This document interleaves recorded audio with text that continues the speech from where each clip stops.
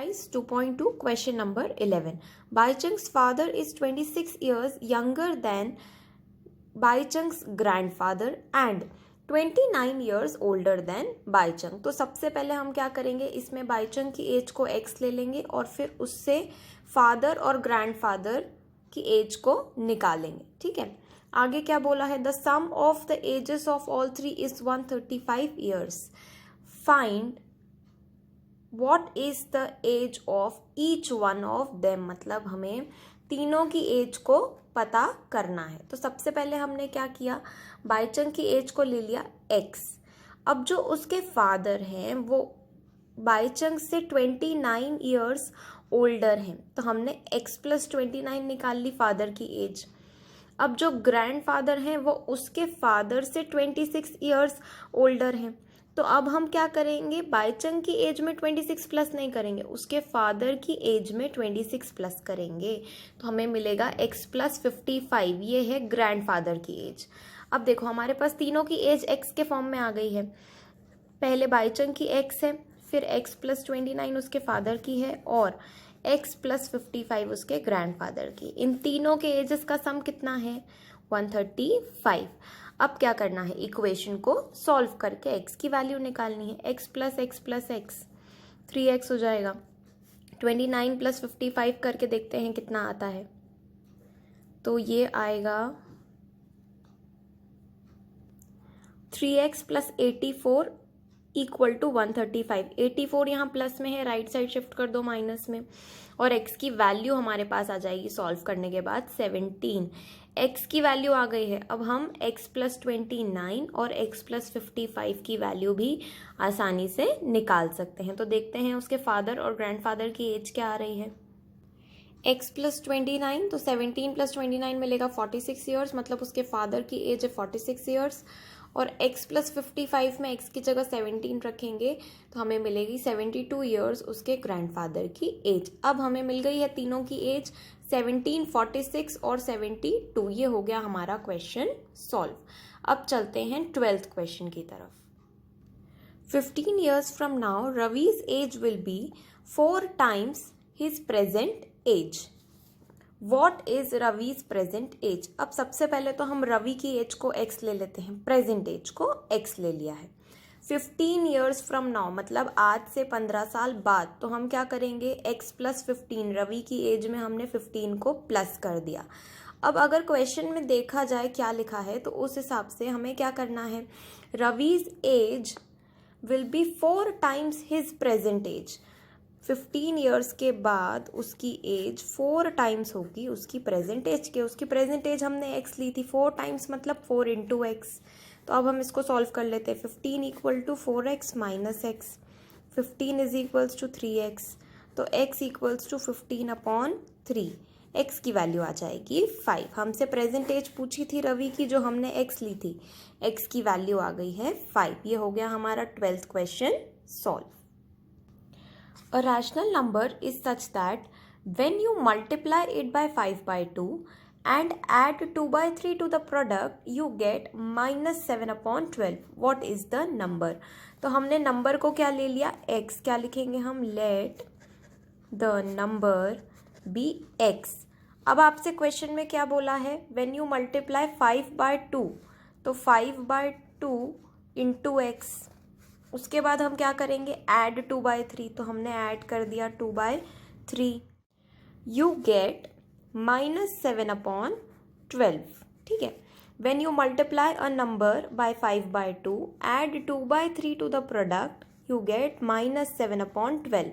अब क्या करना है, इक्वेशन फॉर्म मिल गई है, इसको सॉल्व कर लेते हैं। क्या होगा, 5x/2 इक्वल्स टू -7/12 -2/3। ये यहाँ प्लस में था, हमने राइट साइड शिफ्ट किया उसको माइनस में।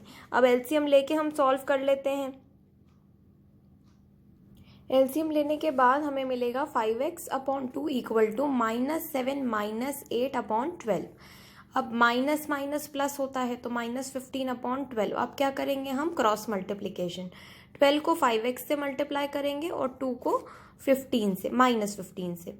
तो 12 5 × 60 होता है, तो हमने लिखा 60x इक्वल्स टू 2 इंटू -15 -30 होता है, तो x इक्वल्स टू -30 अपॉन 60 क्या मिलेगा, x इक्वल्स टू -1/2। हमारे पास x की वैल्यू आ गई है, वो रैशनल नंबर हमें मिल गया है जो क्वेश्चन में पूछा था, वो नंबर है -1/2। अब चलते हैं नेक्स्ट क्वेश्चन की तरफ। नेक्स्ट क्वेश्चन है, Lakshmi is a cashier in a bank. She has currency notes of denominations ₹100, ₹50 and ₹10 respectively. The ratio of number of notes is 2:3:5.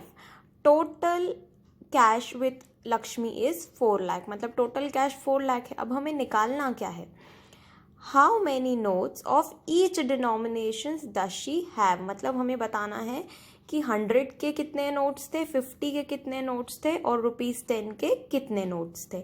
तो ये जो 2:3:5 है उसको हम ले लेंगे 2x, 3x और 5x। ठीक है, हमने नंबर ऑफ नोट्स को 2x, 3x और 5x ले लिया है। अब 2x किसके नोट्स है, 100 के, तो हम इसको किससे मल्टीप्लाई करेंगे, 100 से। 100 into 2x plus 50 into 3x plus 10 into 5x equal to कितना हो जाएगा, टोटल मनी कितनी थी हमारे पास, 4 लाख थी ना, तो हमने लिखा 4 लाख। अब 100 इंटू 2x कितना हो जाएगा, 200x प्लस 5 3 सा 15 होता है, ये हो जाएगा 150x प्लस 10 इंटू 5 कितना हो जाएगा, 50x इक्वल्स टू 4 लाख। अब हम इस इक्वेशन को सॉल्व करके x की वैल्यू निकाल सकते हैं, तो जल्दी से निकाल लेते हैं x की वैल्यू।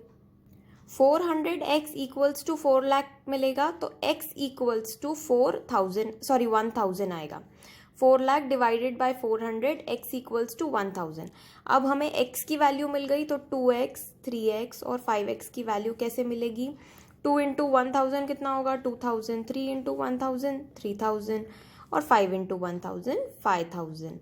तो 100 रुपीज़ के कितने नोट हो गए, 2000 नोट्स, 3000 नोट्स कितने के हो गए, 50 के, और ₹10 के कितने नोट्स हो गए, 5000। ये हो गया हमारा क्वेश्चन सॉल्व।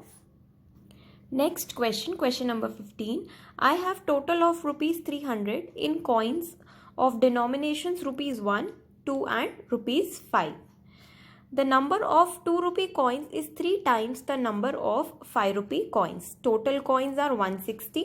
हमें निकालना क्या है, how many coins of each denominations are with me. अब बेटा देखो, हमने 5 रुपये के कॉइन को ले लिया x और 2 रुपये के कॉइन को 3x, क्योंकि क्वेश्चन में क्या बोला था कि जो 2 रुपये कॉइन है वो 3 टाइम्स है 5 रुपये कॉइन के। तो अगर 5 रुपये कॉइन को x लिया है तो 2 रुपये कॉइन अपने आप 3x हो जाएगा। अब सवाल ये आता है कि 1 रुपये कॉइन को क्या लें, तो देखो क्वेश्चन में गिवन था कि टोटल कॉइन्स कितने थे, 160। तो 160 में से, टोटल कॉइन्स में से अगर मैं 5 रुपये कॉइन और 2 रुपये कॉइन को माइनस कर दूं तो मुझे क्या मिलेंगे, 1 रुपये कॉइन्स।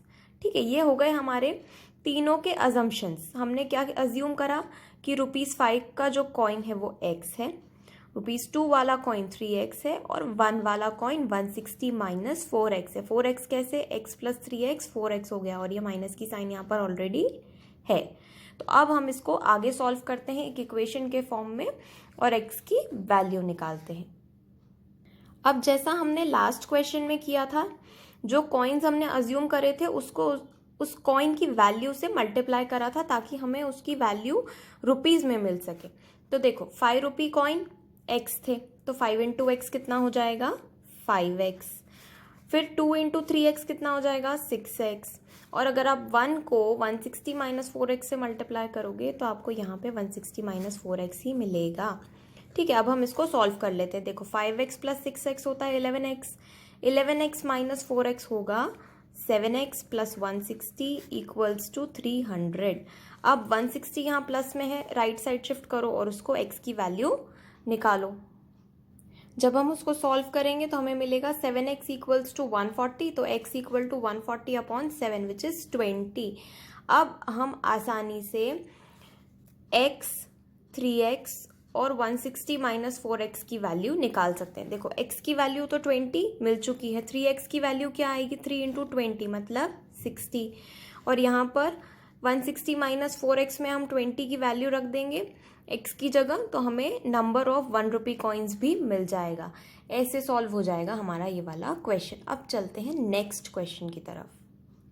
क्वेश्चन नंबर 16 है, द ऑर्गेनाइजर ऑफ एन ऐसे competition decide that winner in the competition gets the prize of ₹100 and a participant who does not win gets a prize of ₹25.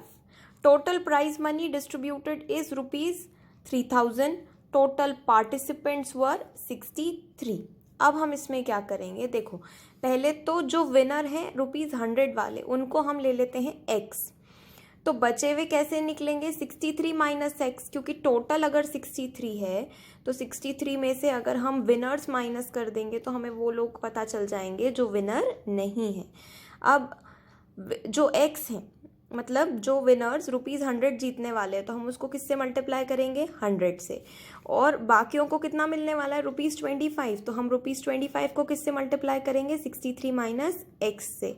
वैसा ही प्रोसेस जो हमने कॉइन्स वाले question में किया था, equal to ₹3000। क्यों? क्योंकि टोटल मनी डिस्ट्रीब्यूटेड कितनी थी 3000। अब हम इसको सॉल्व करके x की वैल्यू निकाल सकते हैं। 100x plus 1575 minus 25x equal to 3000। अब 100x माइनस 25x हो जाएगा 75x plus 1575 as it is equals to 3000। Shift करो 1575 को राइट साइड में, 75x इक्वल्स टू 1425। x की वैल्यू सॉल्व करने पे मिल जाएगी 19। तो हमें पता चल जाएगा कि कितने विनर्स हैं ₹100 वाले, क्योंकि हमने x क्या लिया था, देखो यहाँ पर टोटल विनर्स ऑफ ₹100 को हमने x लिया था, तो x की वैल्यू हमें मिल गई है 19। और ये एक्सरसाइज का लास्ट क्वेश्चन था।